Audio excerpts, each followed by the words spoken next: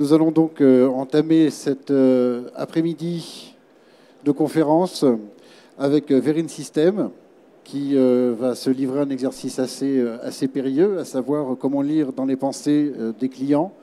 Donc je ne sais pas s'ils nous feront une démonstration en direct, mais en tout cas, ils vont nous parler du pouvoir du speech analytique. Donc il s'agit d'anticiper les souhaits, les désirs des clients pour bien sûr faire une offre adéquate.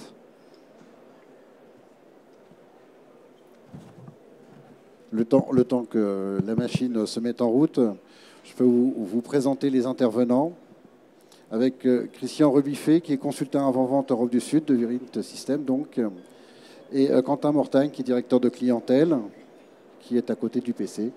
Ah, Windows s'allume, ce qui est toujours déjà une bonne nouvelle en soi.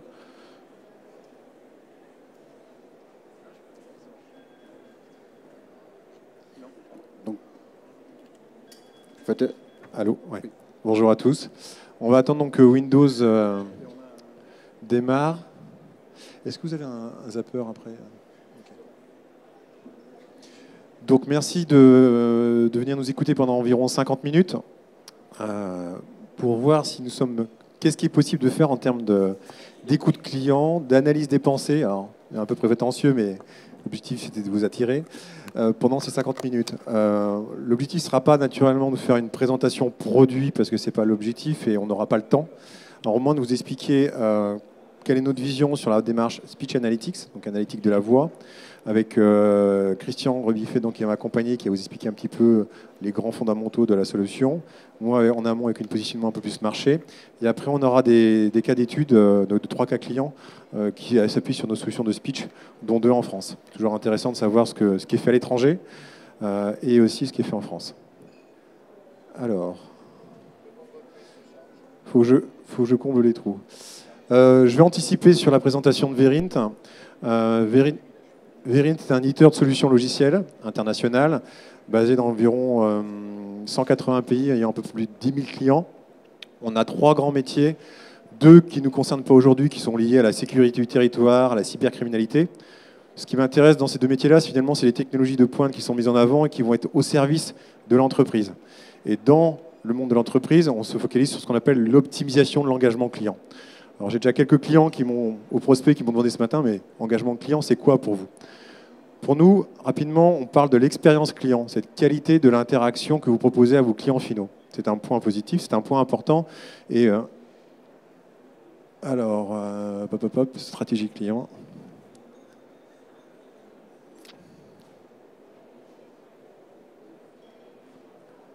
Et celle-là. Voilà, merci.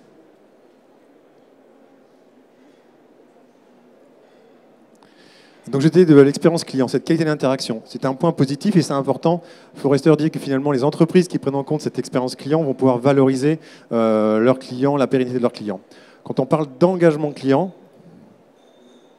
donc ça vous avez déjà vu en temps réel, l'agenda. On reviendra dessus, c'est rapidement ce que je vous ai résumé. Et on est sur Verint. Dans cette expérience client, on va chercher l'engagement client. Pour bien connaître son engagement client, il faut bien connaître son client pour mieux le servir. On en parlera juste après. Bon, in fine, pour finir la présentation Verint, à peu près de 5000 collaborateurs, 1500 en R&D, d'où l'intérêt effectivement d'utiliser des technologies de pointe. On va se focaliser sur 3 grands métiers. Je pense qu'il y a... Oh, non, c'est pas ça que je voulais faire, excusez-moi. Tout ce qui est optimisation des ressources, c'est le volant de droite. C'est tout ce qui permet de mieux faire travailler les collaborateurs au sein d'un service client, au sein d'équipes back-office ou au sein d'équipes réseau, d'un réseau physique. Car historiquement, Verint vient du monde du service client, mais on travaille de plus en plus avec les mêmes solutions sur des organisations type back-office ou type réseau physique. On va faire de l'enregistrement des conversations, l'enregistrement des écrans, de la gestion de la qualité, avec des grilles d'évaluation, on va faire de la planification des ressources, on va fournir des KPI, du e-learning, de la gamification. C'est tout le volant de droite. D'accord ? Sur la gauche, on va travailler l'analytique. On va en parler grandement sur la partie speech. Analytique de la voix, analytique du texte, enquête de satisfaction, biométrie. Ce qu'on appelle la biométrie, c'est l'analyse des fraudes d'identité. Et puis il y a un volet au milieu qu'on appelle le management de l'engagement, qui est finalement tout ce qu'on va fournir au service client à travers une interface unifiée du poste agent entre les applications métiers, les applications centre d'appel, distribution des flux froids, tièdes, base de connaissances communes entre le client et le collaborateur, tout ce qui est service automatisé, etc. Ce qu'on cherche, in fine, c'est vraiment ces 3 sujets, c'est donc optimiser ses ressources, améliorer les processus. Juste pour information, 20% du trafic d'un service client vient d'un dysfonctionnement d'un processus. Donc lorsque vous savez travailler sur les processus, vous savez vous prémunir et réduire les appels superflus. Enrichir les interactions, on va en parler tout à l'heure. Voilà. Et ce qu'on va faire, c'est fournir une meilleure efficience opérationnelle, réduire des risques, fidéliser le client, augmenter les revenus en faisant travailler les forces de vente. Et dans les exemples que je vous montrerai, il y a un cas précis où l'analytique de la voix va être au service des équipes de vente et on va pouvoir mieux les faire travailler sur cet aspect vente. Le speech. Je vais partir d'une citation qui a maintenant, je crois, 15 ou 20 ans, qui est de dire « Il n'y a que 2 sources d'avantages concurrentiels, la capacité à en savoir plus sur nos clients, naturellement, versus plus que la concurrence peut en savoir, et la capacité à mettre cette connaissance en action. C'est Jack Welch, qui est un ancien CEO de General Electric, qui a dit ça il y a une quinzaine d'années, et c'est totalement vrai aujourd'hui. Qu'est-ce qui nous intéresse là-dedans? Premier point, c'est que pour bien connaître son client, chose prépondérante, il faut avoir une démarche analytique. C'est la base. Et vous verrez, dans ce qu'on vous expliquera, on en discutait encore avec quelqu'un juste avant, avoir l'information, c'est bien. En revanche, ce qui va être important derrière, c'est de pouvoir agir, d'engager votre client à partir des informations que vous avez. Vous connaissez votre client, vous savez ce qu'il dit, vous savez ce qu'il dit sur vous, sur les processus internes, sa satisfaction, son insatisfaction, sur la concurrence. Derrière, comment vous allez transformer ces informations en informations qui vont être utiles pour votre organisation en termes d'action. Et c'est ça le point important. Et c'est typiquement ce que fait Verint à travers l'ensemble de cette suite logicielle, analytique et d'engagement. Voilà. En revanche, ce qui nous intéresse aujourd'hui, nous, spécifiquement, c'est la partie analytique. Connaître son client.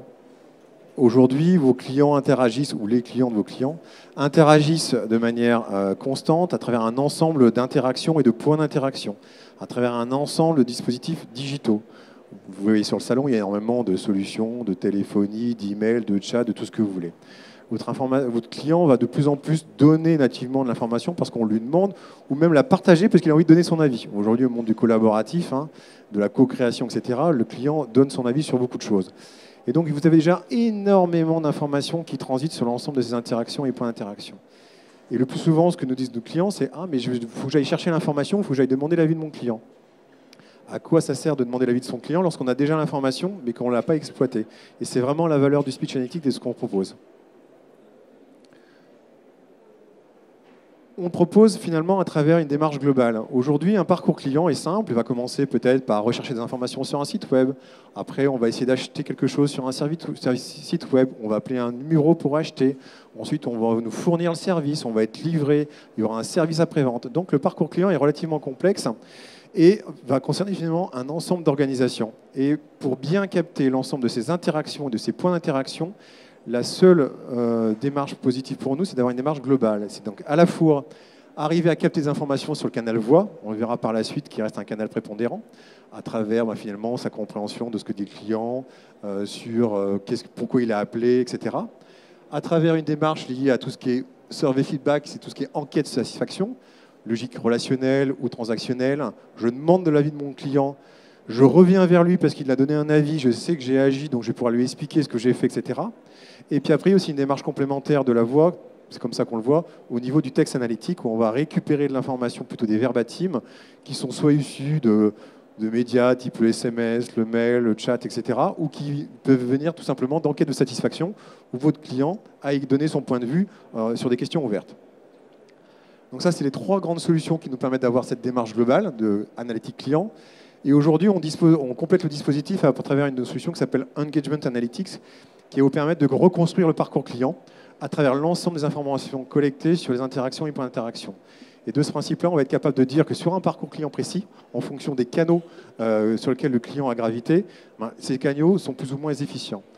C'est-à-dire globalement, aujourd'hui, on parle de dispositifs digitaux, on parle d'omnicanalité, c'est très bien, mais quelle est la qualité de ce dispositif digital, de ce dispositif omnicanal? Là, vous avez un moyen de capter la qualité et de voir finalement l'impact du dispositif sur la satisfaction client, sur vos ventes, etc. On en revient à nos canaux. Le téléphone reste de loin le canal le plus utilisé. Je confirme. Alors, en fonction des chiffres, ça varie. Ça peut aller de 80 à 85% des interactions qui sont gérées par la voix. D'autres canaux arrivent, le chat, l'email, etc. Ils sont importants. Certains de nos clients veulent nous faire travailler spécifiquement sur ces canaux, mais on verra juste après pourquoi finalement on considère qu'il est plus prépondérant de travailler sur la voix. Juste pour rappeler, ce n'est pas parce que d'autres canaux arrivent que ce canal voix est cannibalisé. Je me souviens de quelqu'un de chez Bouygues Télécom qui était venu en disant voilà, on a ouvert un service chat. Et finalement, ce qu'on a constaté, c'est qu'il y a un nouveau flux qui a été créé et qui n'a pas forcément cannibalisé le reste. Donc le canal voix reste toujours prépondérant. Il y a énormément de matière. Pourquoi il a beaucoup de matière? Tout simplement parce qu'un tweet, c'est 15 mots. Bon, un ensemble de tweets, ça fait une centaine de mots. Un email, pardon, un chat c'est 22 mots. On peut augmenter. En revanche, une conversation téléphonique de 5 minutes, c'est 1000 mots. C'est beaucoup plus riche. Et aujourd'hui, analyser un tweet ou un chat ne va pas, au regard des informations qui sont à l'intérieur de ces verbatims, ça ne va pas vous donner suffisamment d'éléments pour avoir le contexte de la demande. Alors que dans une conversation téléphonique, c'est beaucoup plus riche. Le plus souvent, le client va aller beaucoup plus loin, il explique qu'il met beaucoup plus de choses. Et là, vous avez vraiment de la matière à travailler. Et ce n'est pas biaisé. Ce qui fait que finalement, aussi bien des petites structures qui ont 250 positions ou des très grandes entreprises avec lesquelles on travaille qui ont plus de 10 000 positions, il y a un volume énorme de données et d'informations à travers le canal voix que l'on peut utiliser. Ce que nous proposons chez Verint, c'est cette capacité industrielle à analyser les conversations. On va analyser 100% des conversations. Certains vont vous dire, écoutez, moi, ce que je vais faire, c'est dites-moi ce que vous recherchez, je vais échantillonner. C'est-à-dire qu'ils vont prendre finalement que 15 ou 20 ou 25% des appels. Selon nous, ce n'est pas la bonne démarche. Nous, ce que l'on fait, c'est qu'on va analyser 100% des conversations. L'avantage, au-delà, c'est qu'on aura vraiment une vision très exhaustive des informations, c'est qu'on va être aussi capable de détecter des choses que les clients ne cherchent pas. Parce que Christian va vous expliquer que globalement, les clients vont chercher des choses, ils vont les trouver, c'est très bien. Donc quand on échantillonne, ça peut très bien le faire. En revanche, comme nous, on analyse 100% des conversations, on va être capable de détecter des tendances, des évolutions de mots, de groupes de mots, etc. Ce qui fait qu'on est capable d'aider le client final à se rendre compte de quelque chose qu'il ne cherchait pas. Et c'est ça qui est important. Avec l'échantillonnage, on n'est pas en mesure de le faire. Voilà, je suis désolé, j'étais un peu rapide. C'est pour laisser surtout la main à Christian qui va vous expliquer un peu plus en détail le speech analytics. Et moi, je reviendrai dans la dernière partie sur la partie use case. Bonjour. Oui. C'est comment on appuie sur le vert pour avancer? D'accord. Ok. Donc oui, je suis Christian Robiffet, je suis donc consultant avant-vente chez Verint et je vais essayer en quelques slides de vous présenter un petit peu plus en détail le speech analytics sans rentrer dans une présentation produit, bien évidemment. Alors, la première chose, ce que l'on a un petit peu sous-entendu, on n'en a pas parlé, mais pour faire de l'analyse vocale, pour faire du speech analytics, il faut avoir du matériau. Il faut avoir des appels enregistrés. Ça tombe bien, Verint a des solutions d'enregistrement. Mais ce qui est important, c'est que la solution de speech analytics de Verint est totalement agnostique quant à la provenance de ces enregistrements. Qu'ils aient été enregistrés par la solution Verint ou par d'autres solutions disponibles sur le marché, au niveau de l'analyse du speech analytics, c'est totalement indépendant, on va dire. Donc ce qui est important, c'est cette capacité d'abord à enregistrer l'intégralité des appels pour pouvoir les analyser, les processer derrière. Comme Quentin l'a dit, si on n'enregistre qu'un pourcentage ou si on n'analyse qu'un pourcentage des appels, on va bien évidemment lisser et ignorer ou passer à côté de tous les signaux faibles. Donc une fois qu'on a enregistré ces appels, on va les analyser. C'est-à-dire on va demander au moteur de Speech Analytics d'écouter, ça revient exactement à ça, c'est d'écouter 100% des appels et d'en extraire de l'information. Donc en extraire de l'information, ça va être un certain nombre de choses. Ça va en extraire des mots, des mots-clés, des groupes de mots, des concepts. Ça, énormément de solutions sont capables de le faire. Il y en a qui s'arrêtent juste au niveau phonétique, d'autres qui vont un petit peu plus loin, qui essayent vraiment de comprendre les mots. Nous, on va un petit peu plus loin encore, si on peut dire, c'est-à-dire qu'au-delà des mots, des groupes de mots, on va également s'attacher à détecter des tendances. On va essayer d'identifier des comportements. On va essayer de comprendre les causes. Pourquoi les clients s'expriment de cette façon? Pourquoi ils abordent tel ou tel sujet? On va également... Je ne parle pas assez près du micro. Ok, d'accord. Excusez-moi. Donc, non seulement on va en extraire des mots, des phrases, des mots-clés, des choses comme ça, mais on va également détecter des tendances. Qu'est-ce qui se passe? Qu'est-ce qui s'est passé par rapport à la semaine dernière? Qu'est-ce qui est apparu dont on ne parlait pas la semaine dernière ou le mois précédent et que vous n'aviez même pas eu l'idée de chercher? Ou au contraire, cette nouvelle offre marketing dont vous êtes si fiers et sur laquelle vous avez tant investi dans la communication, ben on n'en parle absolument plus après les 3 jours qui ont suivi le spot télé, quelque chose comme ça. Donc ça, ce sont des choses que la solution Verint va être capable de détecter, soit parce que vous lui avez demandé de le chercher, soit parce qu'elle l'a détecté et est capable de vous le présenter sans que vous le cherchiez. Et c'est avec ce type de solution qu'on va être capable de, entre guillemets, de tirer parti de la phrase de Welch, d'avoir des avantages concurrentiels par rapport aux autres. Très très rapidement, l'écran qu'on voit tout en haut à droite, je vous en parle maintenant parce qu'on ne le voit pas, c'est un écran qui vous présente, sans qu'on ait cherché, ce qui a été écouté, entendu, compris. C'est-à-dire que la zone de gauche, les grands carrés, ce sont des carrés qui, par leur taille, montrent le volume, la quantité d'enregistrement ou la quantité d'appels contenant un certain nombre de mots.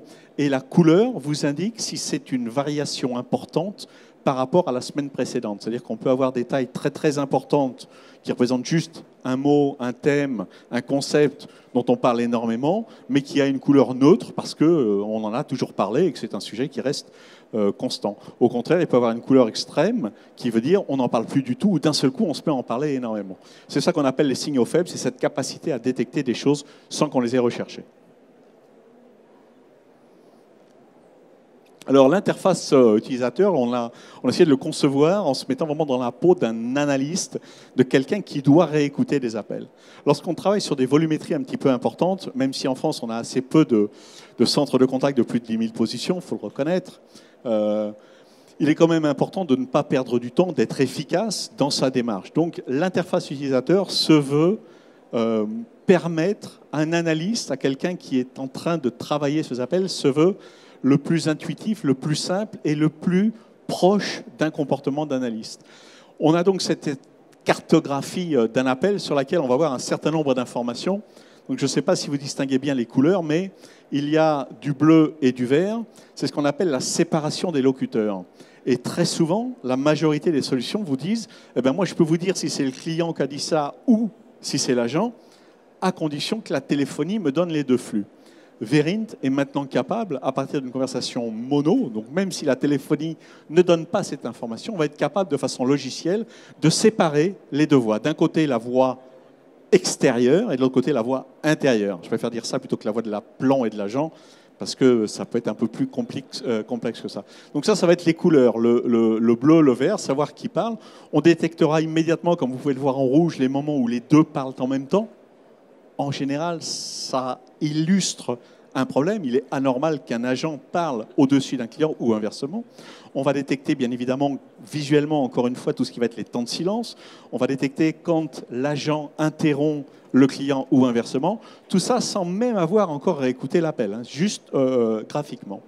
Ce qu'on va voir également, les petites bulles que vous voyez ici, ce sont des mots-clés ou des groupes de mots ou des concepts qui ont été extraits ou que le Speech Analytics vous a remonté, soit parce que vous lui avez demandé, soit parce qu'on est en train de travailler sur une catégorie spéciale. Ce qu'on va voir également, ce que vous voyez moins bien en bas, c'est peut-être la ligne du bas, où là on voit sur la gauche, on voit CPM, après on voit Portal, après on voit Facebook. Il y a un autre élément dont on a peu parlé, c'est pas vraiment le sujet ici, mais qui est notre capacité à analyser, à comprendre ce qui se passe sur un poste de travail. Que fait l'agent pendant qu'il traite son appel? Est-ce qu'il est en train de se battre avec les différents systèmes d'information? Est-ce qu'il fait 14 clics pour aller chercher la bonne information dans la base de connaissances? Ou est-ce que, comme on peut le voir ici, il est en train de mettre à jour son profil Facebook? Donc ça, c'est important, encore une fois, de permettre de donner un maximum d'informations visuellement, parce que quel que soit le nombre d'appels que l'on veut réécouter, on a rarement la capacité, la bande passante, la ressource pour les réécouter intégralement. Donc il est important de pouvoir se promener dans l'appel et d'aller sur les moments importants, sur les moments sur lesquels on voit qu'il se passe des choses, pour aller écouter cette partie-là, plutôt que d'écouter des bonjours, des merci, des au revoir qui n'apporteront certainement aucune information quant à la problématique que le client est en train d'exprimer.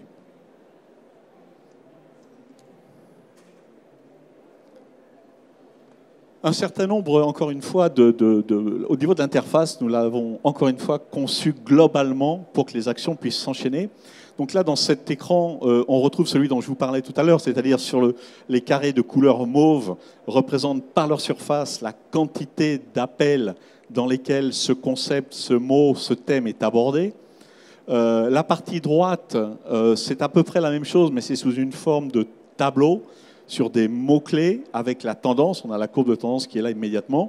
Et en bas, on a des tendances sur le long terme, qui peuvent être des tendances de termes ou de groupes de mots ou bien de catégories. On a, en survolant, en passant la souris, on a tout un tas d'informations plus détaillées qui donnent des informations sur les contenus, les pourcentages, les distributions et ce genre de choses. On a également, je vous ai parlé dès le début, notre capacité à aller un petit peu plus loin que la simple détection de termes ou de mots. On a la capacité à détecter ou à essayer de comprendre ce qu'on appelle les causes racines, les root causes en anglais, c'est-à-dire sur cet ensemble d'appels, sur cet ensemble d'enregistrements que j'ai sélectionnés, que j'ai triés, sur lesquels j'ai pris tous les appels qui avaient été transférés 2 fois, qui ont duré plus de 5 minutes et dans lesquels j'ai entendu le mot résiliation, par exemple. Quels sont les points communs entre tous ces appels? Qu'est-ce que l'on entend qui revient de façon régulière? Quelles sont les thématiques abordées? Qu'est-ce qui peut être la cause profonde qui a généré ces appels? Donc là, la solution va vraiment faire l'équivalent de data mining, va aller explorer tous ces appels, tous ceux qui font partie de l'échantillon sur lequel échantillon au sens j'ai sélectionné, pas au sens aléatoire, tous les appels sur lesquels je suis en train de travailler, qu'est-ce que je peux ressortir comme information commune, et va donc nous proposer un certain nombre de causes avec un coefficient de confiance sur la gauche. Là, bon, j'ai 5 propositions qui sont assez fiables, et également la quantité d'appels de mon échantillon qui sont concernés avec les mots-clés associés. Également, lorsque je commence à travailler, lorsque je recherche, moi, des mots spécifiquement ou des groupes de mots, au-delà d'aller chercher un mot, 2 mots, ce qui est intéressant également, c'est de comprendre dans quel contexte ces mots sont utilisés. L'exemple que l'on utilise régulièrement quand on fait une démonstration, c'est web. Mon service informatique vient de modifier le site web et je voudrais savoir si les clients en parlent, s'ils ont des plaintes, etc. Si je commence à taper web, je risque d'avoir toute une pollution sur les agents qui ont guidé le client. Vous allez sur la page web machin, où est-ce que vous avez vu notre site web, etc. Donc, par contre, si je tape web et puis que je commence à avoir un nuage autour où on va me dire, je ne sais pas moi, mot de passe ou ne fonctionne pas, ici, qu'est-ce que j'ai? J'arrive pas à lire. Total amount, voilà. Donc là, j'ai cherché, j'ai des trucs sur les paiements par carte de crédit et je m'aperçois qu'il y a tout un tas d'appels dans lesquels on va retrouver paiement, credit card, paying, want to pay, credit. Encore une fois, j'ai juste tapé un mot et la solution, elle a pris ce mot, ce groupe de mots, ce concept, l'a comparé sur l'ensemble des appels et elle a trouvé quels étaient les groupes de mots qui étaient pertinents en termes de sens, qui étaient proches du mot ou du concept que je cherchais. C'est vraiment, l'idée, c'est de faire ce que l'on fait, ce que ferait quelqu'un qui aurait juste un écouteur et puis un outil de rejeu, mais c'est de faire ça avec des échelles, avec des performances qui sont sans comparaison avec ce que l'esprit humain peut faire. Pour ceux qui connaissent un petit peu les outils d'analyse, que l'on parle de speech analytics, de text analytics, il y a une notion qu'on peut trouver sous le nom de catégorie, de clustering. C'est l'idée de regrouper des appels, des verbatims ayant des propriétés communes. Ces propriétés peuvent être simplement parce qu'ils contiennent des mots, ne contiennent pas d'autres mots, contiennent de façon obligatoire tel et tel mot, de façon souhaitable tel groupe de mots, etc. Donc c'est des façons de regrouper en général sur des critères métiers, c'est-à-dire qu'on va faire une catégorie appel répétitif, on va faire une catégorie sur problème de facturation. Hein, c'est des façons de grouper les appels. C'est assez fastidieux, ça demande un travail qui est assez long et qui est obligatoire lorsque l'on démarre une analyse. On va essayer de modéliser la majorité des pain points, des problématiques métiers sur lesquelles on va travailler, on va essayer de les modéliser dans des catégories. Et bien, ce que la solution est capable de faire maintenant, c'est qu'elle a la compréhension, au-delà des mots, elle a la compréhension des mots, des actions qui y sont associées, des mots synonymes de la même famille. Et là, dans cet exemple-là, la solution, toute seule, j'insiste bien, ce n'est pas moi qui lui ai dit, toute seule, la solution a été capable de regrouper les mots sur cancel, need to cancel, must cancel, was cancel, cancel. Et pour les gens qui ont un petit peu travaillé sur des outils d'analytics, cette capacité à avoir immédiatement sur un seul écran, sans avoir 50 clics à faire ou à tester, d'avoir immédiatement la liste de tous ces termes, de tous ces mots, pour sélectionner les appels, c'est quelque chose qui est assez énorme en termes de performance, en termes de gain de temps, en termes de signification. On est sûr qu'on ne va pas en oublier, on est pratiquement certain qu'on ne va pas générer des mots, des appels ou ajouter des appels qui sont hors contexte dans l'étude que l'on fait. Donc c'est une facilité énorme. À partir de cette analyse automatique, on va dire, de la solution, eh bien, on peut soit directement aller attaquer, aller étudier, aller écouter ces appels, soit en créer une catégorie. Alors, je viens de dire quelque chose d'important, je viens de dire aller écouter les appels. Alors, pour ceux qui ne connaissent pas le Speech Analytics, si on vous dit c'est une solution magique, presse-bouton, il suffit d'appuyer sur Run pour avoir des résultats, j'aurais beaucoup de mal à y croire. Ce que la solution Verine de Speech Analytics vous permet, c'est d'écouter des appels et de n'écouter que des appels qui sont pertinents, qui sont en rapport avec la problématique sur laquelle vous travaillez.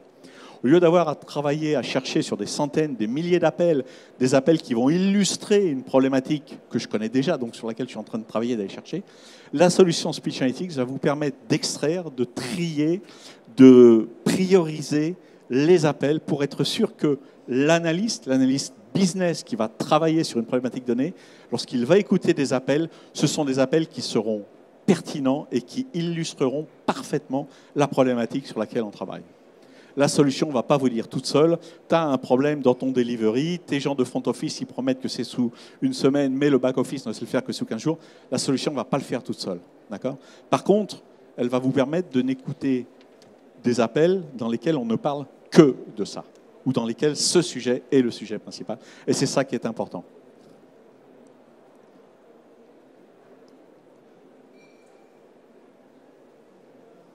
Alors, ça fait très longtemps que Verine fait du speech analytics et pendant très très longtemps, on s'est appuyé sur des moteurs du marché. Il y a un certain nombre d'acteurs assez incontournables dans ce domaine-là qui ont donné des résultats qui nous ont satisfaits, on va dire, pendant un certain nombre d'années et qui ont satisfait nos clients également.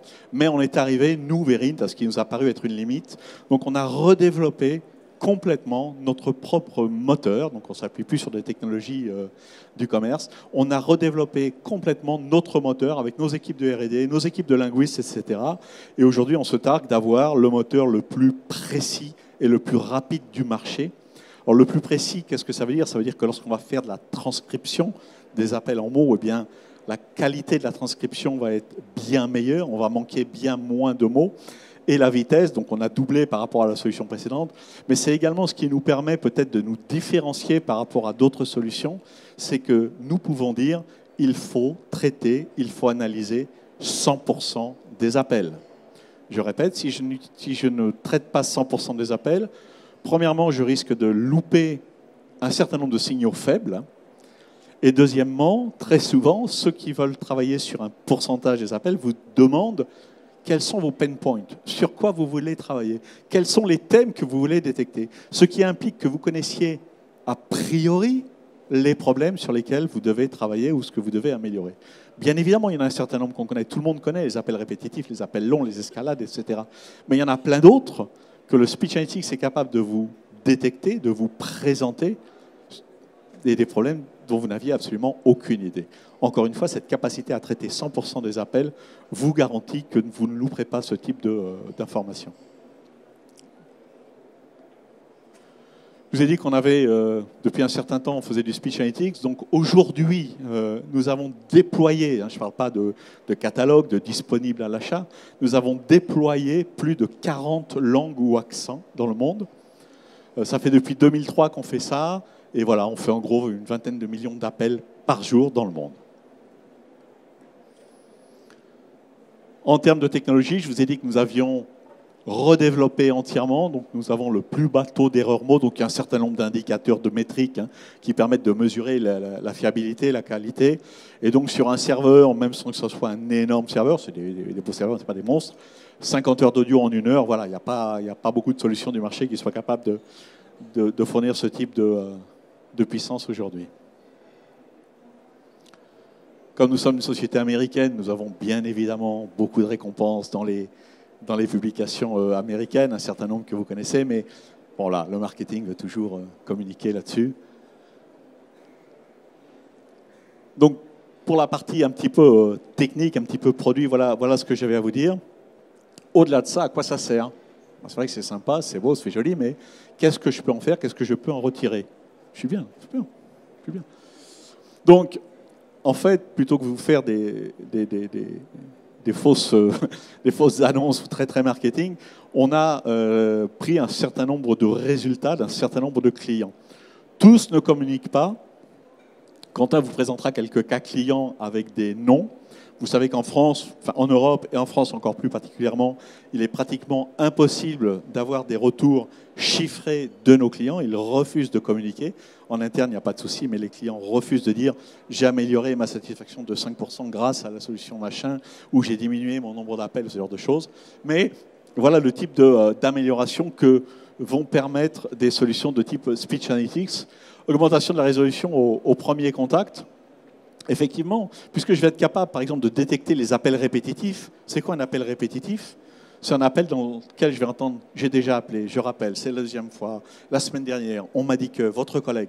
Ce sont des appels dans lesquels on comprend, à l'écoute des mots, on n'a pas besoin de s'appuyer sur un CTI pour vérifier que le numéro appelant dans la base de données, il est déjà appelé. On ne sait pas si c'était peut-être le collègue ou le voisin ou le conjoint, mais en s'appuyant sur le contenu des mots. Donc un appel répétitif, on sait très bien que c'est un des pain points de tous les centres d'appel, c'est diminuer le nombre d'appels répétitifs. La durée moyenne de traitement, même si ça reste un indicateur un peu galvaudé, c'est quand même un indicateur important puisque ça se traduit directement par des ressources humaines, par des ETP. Donc si j'arrive à comprendre où on perd du temps, qu'est-ce que les clients ne comprennent pas lorsque les clients demandent à reformuler, lorsque les clients disent « je n'ai pas compris », pouvez-vous me réexpliquer? Encore une fois, ce sont des termes qu'on peut détecter de façon assez simple et qui vont permettre de comprendre les appels à problème.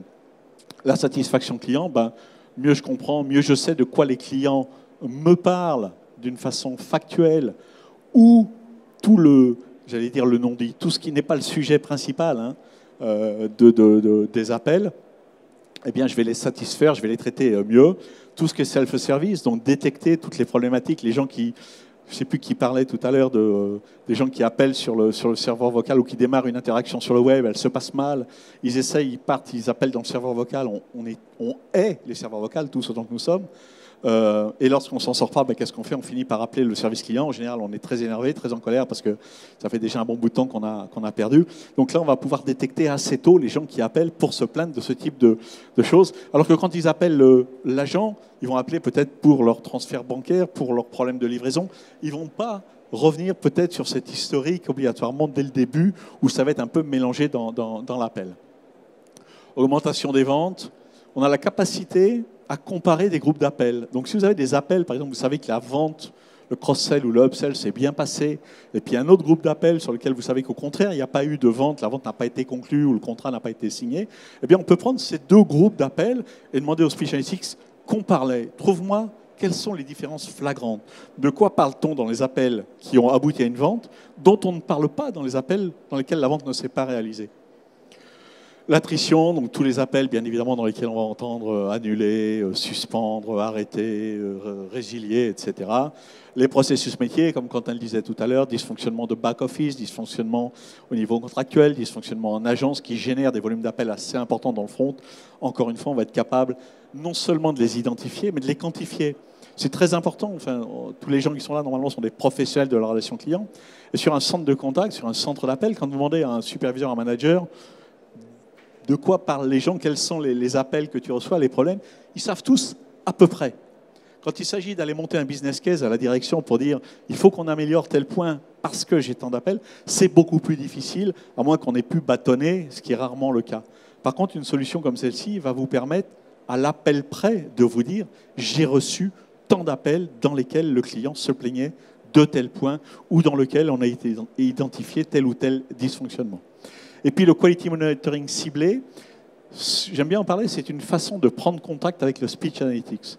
Le speech analytics, j'espère que vous n'avez pas fait peur, mais il faut quand même avoir une démarche un peu d'analyste et surtout une démarche métier, être capable de savoir, quand on écoute les appels, ce qu'il faut en retenir et puis derrière les actions qu'il faut prendre. Donc il faut mettre en place une certaine gouvernance.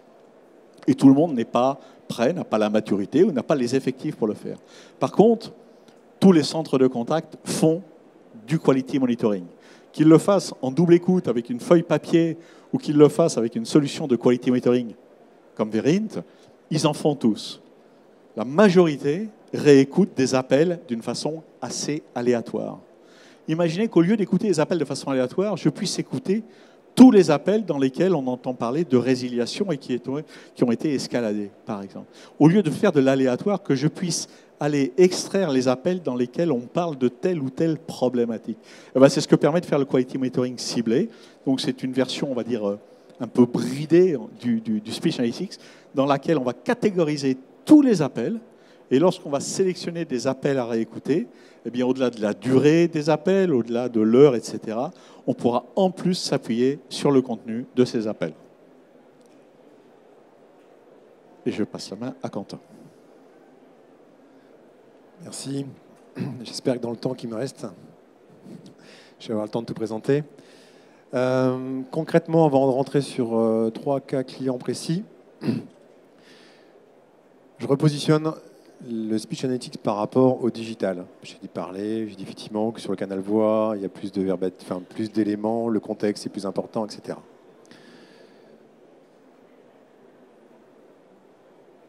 Quand un client échange, et Christian a pris plusieurs cas concrets, qu'il veut faire quelque chose sur un service web, qu'il veut accéder à quelque chose, le seul exutoire entre guillemets qu'il va avoir pour exprimer sa frustration, c'est le service client qui va appeler.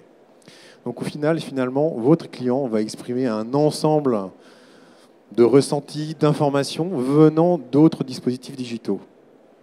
Et ça, c'est important. Et on va se rendre compte que finalement, cette capacité d'analyse de la voix va vous servir, on verra juste dans le cas concret après, pour votre dispositif digital. Donc on va se rendre compte effectivement que des services automatisés ne sont pas efficients ou ne répondent pas aux attentes de vos clients. Premier point. On va pouvoir aussi se rendre compte que malgré la créativité, l'intelligence des services marketing, votre client n'a rien compris de l'approche marketing ou parle un langage totalement différent de celui qui est prôné par le marketing. Donc c'est toujours intéressant de voir ce gap entre la vision de l'entreprise et le client. Deuxième point. On va pouvoir se rendre compte effectivement que votre client demande des choses ou exprime sa frustration par rapport à des choses auxquelles il n'a pas accès. Peut-être qu'il y a un nouveau processus qu'il faut créer, etc. Donc, on vous a permis d'interagir sur la partie processus. Et puis finalement, quand on est dans un dispositif digital, on va pouvoir naturellement demander aussi à vos conseillers de dire, voilà, mettre en avant la nouvelle application mobile qui va permettre aux clients de faire ça, ou d'accéder au service web qui va permettre de faire ça, etc. Et de pouvoir effectivement, comme dit toujours Christian, quantifier ce qui a été dit, par qui et comment. Et pour dire, mais finalement, le dispositif digital a bien été mis en avant par les équipes du service client, et ça, c'est un point important. Concrètement, un petit client en Chine, qui est opérateur mobile, a eu cette démarche-là. Il se dit, finalement, que va m'apporter l'analytique? Ils se sont rendus compte que déjà, 25% des appels téléphoniques correspondaient à des problématiques de facturation, ou plutôt à une politique de facturation. Globalement, les clients ne comprenaient rien à leur facture. C'est un peu gênant. Donc ils se sont rendus compte de ça, et ils se sont dit, déjà, qu'est-ce qu'on peut faire à partir de mon dispositif digital? Je vais pouvoir, grâce à mon serveur vocal, qui va peut-être être changé, grâce à une communication précise, via SMS, via une modification de mon site web, je vais pouvoir changer l'information et la présenter d'une manière différente. Et donc, en faisant ça, donc en s'appuyant sur le constat grâce au Speech Analytics, on va changer le dispositif digital et on va le rendre plus efficient. Et on va se rendre compte qu'on va diminuer de 10% les appels. On va pouvoir se rendre compte que nos clients ayant un accès plus facile à l'information vont mieux comprendre et être plus enclins à venir vers l'entreprise. Et on va augmenter son nombre de clients de 13%. Toujours intéressant. Alors, je sais, c'est à l'échelle de la Chine et de la volumétrie. Mais bon, ça vous donne quand même quelques idées. On se rend compte aussi que votre serveur vocal, lié à sa nouvelle arborescence, est plus efficiente et que globalement, vos clients vont jusqu'au bout du serveur vocal pour accéder aux services qui les intéressent. Et dernier point, vous allez vous rendre compte que finalement, votre client a un taux moyen de nombre d'appels par an et qu'on va le réduire de 0,13. Donc vous allez mieux répondre aux attentes de vos clients en moins d'interactions. Voilà. Donc vraiment un exemple de cas concret du speech analytics qui va permettre de prendre des constats et d'avancer. J'avais un prospect ce matin qui me disait voilà, je voudrais me faire la co-création avec mes clients et pouvoir échanger avec eux pour comprendre, etc. Et je lui ai dit, mais est-ce que vous savez déjà ce qui vous a exprimé comme insatisfaction ou comme réflexion de nouveaux services? Elle me dit non. Je lui ai dit, mais si vous analysez les conversations de vos clients, il y a certainement vos clients qui vont vous dire plein de choses intéressantes déjà par défaut. Ayez cette démarche un petit peu pour comprendre dans les interactions et points d'interaction que vous avez ce que dit votre client. Et après, vous pourrez changer vos dispositifs. Il me reste peu de temps, on avance. 3 cas concrets. Un premier, alors c'est le seul sur lequel je pourrais communiquer en termes de nom, qui est un client américain de Verint, qui est orienté dans le B2B et qui propose des services financiers, services bancaires dans des réseaux physiques, dans des magasins, on va dire, dans des grands malls. Ils avaient une problématique de rétention client. Alors là, vous verrez la force du speech analytics dans une problématique de rétention. Forcément, on va tout de suite préserver du revenu. Donc vous verrez des ROI qui sont très très importants. Et en plus, c'est à l'américaine. Donc vous ne donnez pas des chiffres, mais ce sont des vrais chiffres. Et donc l'objectif, c'était de se dire, finalement, j'ai une problématique de clients qui sont insatisfaits. Qu'est-ce que je peux retirer des informations collectées par la voix? Et bien tout simplement, cette société donc, a mis en place notre solution, je crois, sur un socle déjà de gestion de la qualité, de QM, de Quality Management, pour analyser l'ensemble de ces clients qui ont été perdus. Donc les parties d'un constat, j'ai perdu du client, j'ai l'enregistrement de ces clients, quelle valeur je vais pouvoir en ressortir? En ayant fait des recherches, en faisant des groupes de mots et associations de mots, construisant des catégories telles que Christian vous l'a expliqué, on va pouvoir se rendre compte de quelle était l'insatisfaction, quelle était l'origine de l'insatisfaction de ces clients-là.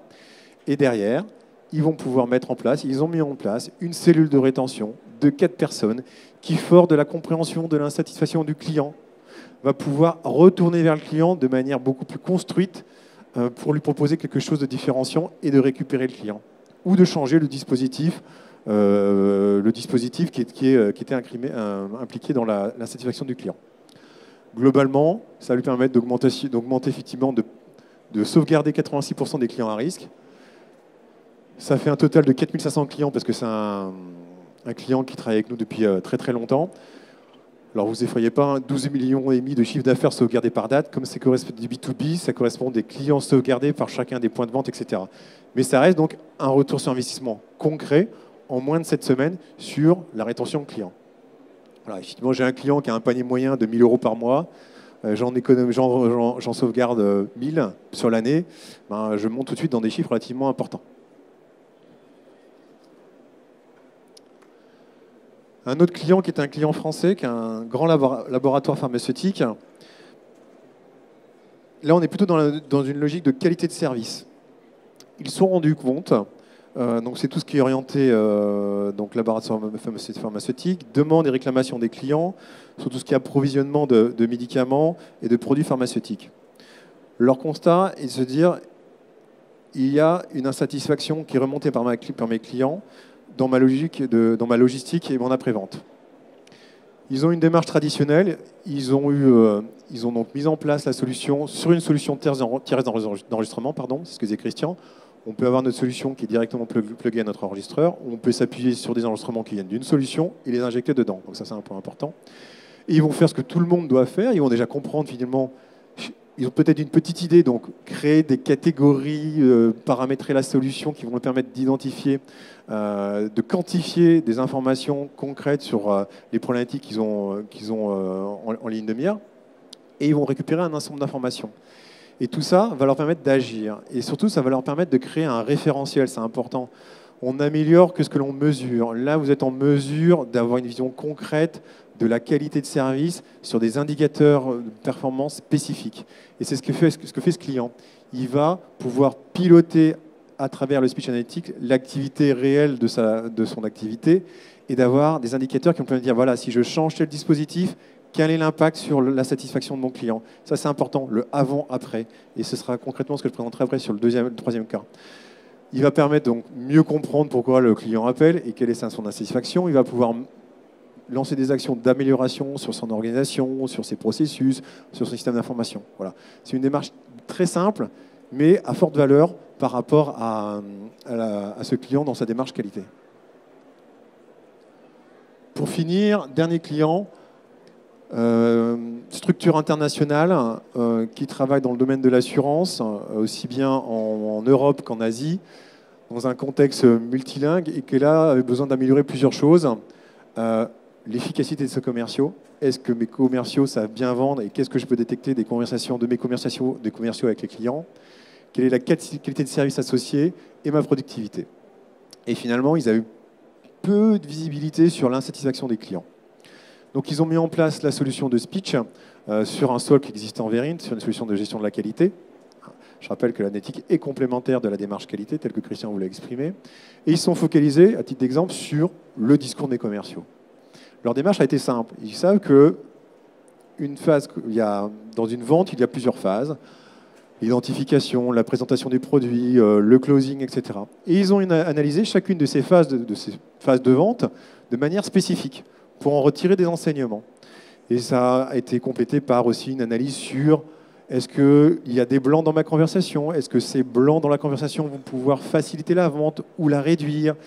Quels sont les mots-clés associés? Est-ce qu'il y a des mots qui sont plus vendeurs que d'autres, etc. Donc ça, c'est ce qu'ils ont fait qu'ils font avec nous depuis plusieurs années, qui leur ont permis de personnaliser l'encadrement, c'est-à-dire d'avoir un dispositif de coaching, de management très spécifique sur des forces de vente et de pouvoir augmenter, par exemple, la vente d'une assurance pour un second véhicule. Donc ça, c'est un point concret.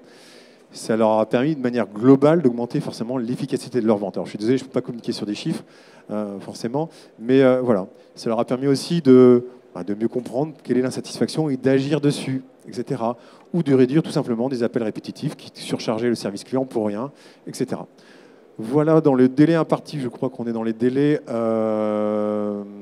l'approche analytique, donc notre positionnement, ce que c'est faire la solution et finalement quelques retours sur investissement. Avant de vous laisser la parole, si vous avez des questions, je rappelle qu'on a un stand, je ne sais plus où, au fond, donc n'hésitez pas à venir nous voir. Et par la suite, on revient demain matin et jeudi après-midi. Le stand, c'est M8. Merci, c'est gentil. Voilà.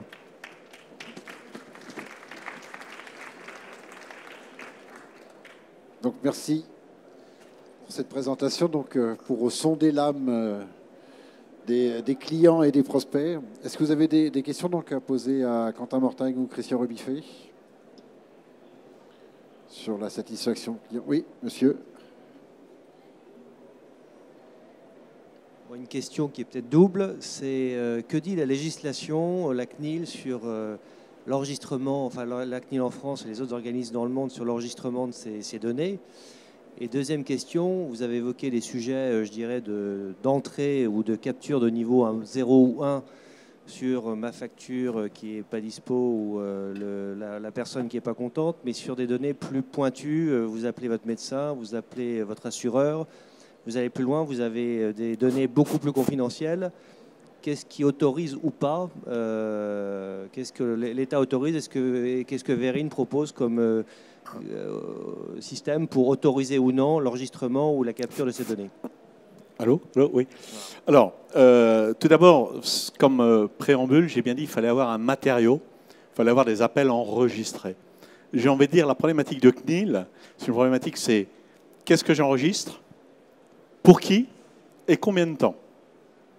Cette problématique est un petit peu en amont du speech analytics. Ça ne veut pas dire qu'on l'ignore, mais ce que permet la solution Verint, c'est de mettre en place un certain nombre de, alors nous on appelle ça des durées de rétention, qui peuvent varier à différents niveaux de la solution. Donc combien de temps je garde les appels? Combien de temps je garde l'information détaillée sur toutes les métadonnées associées à un appel. Combien de temps je garde les informations de type analytics dans ma brique de speech analytics.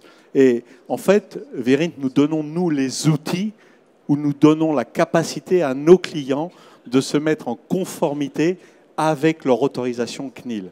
Nous ne sommes pas partie prenante, nous on dit simplement, vous avez 4 ou 5 curseurs, à vous de les mettre où vous décidez, où vous savez que la CNIL vous autorise à le faire.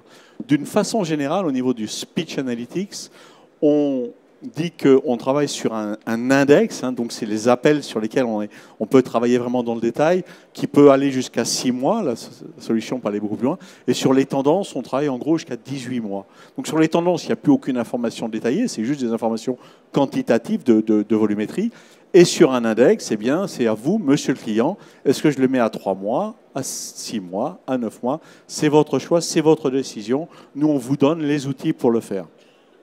Je ne sais pas si ça répond à votre question. Et donc, la seconde question quant aux informations un petit peu plus confidentielles, je n'ai pas, moi, de retour. Donc, Quentin, enfin, on l'a dit, nous sommes éditeurs. Donc, nous nous appuyons sur nos partenaires qui font du conseil, qui font de l'accompagnement, qui ont en général un peu plus de recul que nous. Alors, quand je dis qu'on ne fait pas de conseil, on ne fait pas de conseil en Europe continentale, aux États-Unis, en Angleterre, dans un certain nombre de régions. On a des grosses équipes, dont des consultants, mais en France, entre autres, on n'en a pas, on va s'appuyer sur nos consultants. Mais encore une fois, cette problématique de protection, au niveau de l'enregistrement, on peut décider d'enregistrer ou pas certains appels, et on peut également, alors c'est plus dans une problématique de conformité PCI, où là, je n'ai pas le droit d'enregistrer certains trucs, on a également tous les outils, les dispositifs qui vont permettre de blanchir ou de ne pas enregistrer certaines parties des conversations lorsque c'est nécessaire. Une autre question? A priori, je pense que vous avez été limpide. De toute façon, si vous voulez retrouver Verint, ils sont au stand M8. Merci beaucoup. Donc, Quentin Mortagne, vous êtes directeur de clientèle de Verint System, et Christian Rubiffet, consultant avant-vente Europe du Sud de Verint System. Merci beaucoup.